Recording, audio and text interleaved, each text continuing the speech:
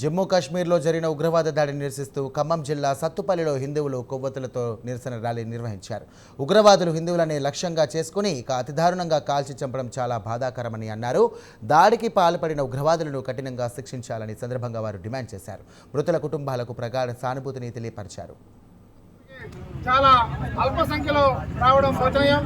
ఇది ఎక్కడో కాశ్మీర్లో జరిగింది కాదు, కేవలం మనకి బంగ్లాదేశ్లో తాజాగా జరిగింది. బంగ్లాదేశ్లో నిత్యం ఇప్పటి వరకు కూడా ఆ హిందూ కుటుంబాలపైన, హిందూ ఇళ్లపైన రోహింగ్యాలు చేస్తున్నటువంటి దాడి, సామూహిక అత్యాచారాలు, సామూహిక ఉగ్రవాద దాడులు అవి వర్ణనాతీతంగా ఉన్నాయి. మన ఊరు రాలేదు, మన కుటుంబం దాకా రాలేదు అని భావిస్తున్న ఈ హిందూ సోదరులు ఇప్పటికైనా మేల్కొనాలి. హిందువులు ఈరోజు మన సమాజంపై దాడి జరుగుతుంటే ఒక ప్రేక్షక పాత్ర చూడడం చాలా బాధాకరం.